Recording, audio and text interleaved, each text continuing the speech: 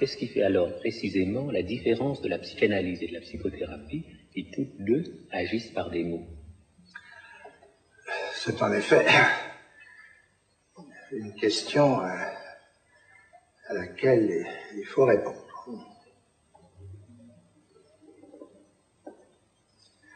Il faut partir du fait de l'inconscient. Dans la mesure où l'inconscient y est intéressé, l'inconscient tel que je le formule, il y a deux versants que nous lisons. La structure. La structure, c'est le langage. Faites bien attention ici, parce que ce n'est pas ce à quoi vous vous attendez. Le versant du sens, premier versant, c'est celui dont on croirait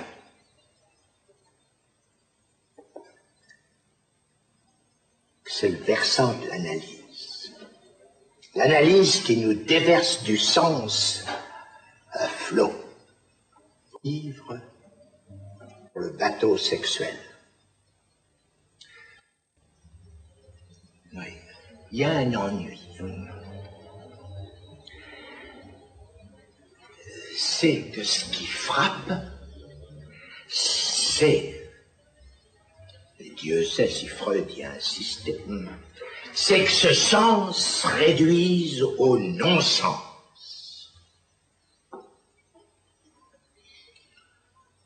Au non-sens du rapport sexuel. Lequel est épatant. Et toujours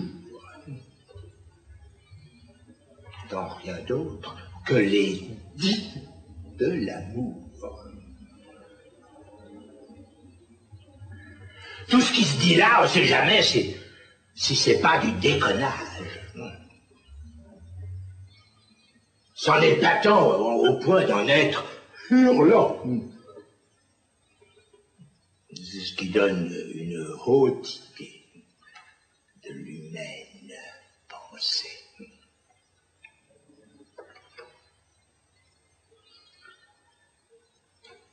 En plus, il y a du sens qui se fait prendre pour le bon sens.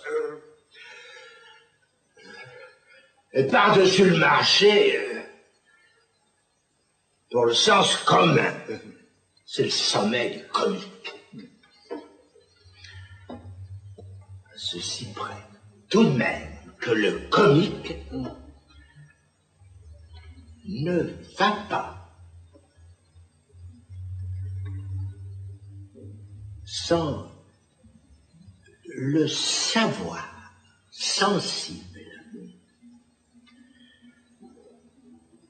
Sensible dans ce qu'il énonce, le savoir du non-rapport qui est dans le coup du sexe.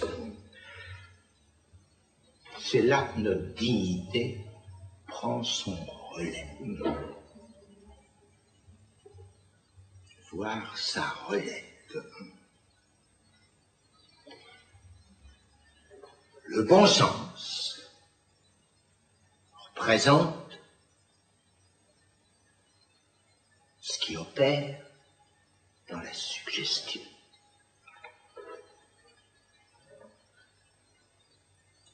La comédie représente le rire. Est-ce à dire qu'il suffise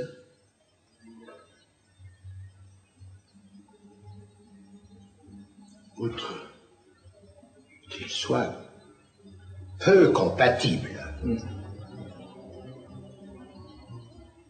c'est là que la psychothérapie, quelle qu'elle soit, tourne court.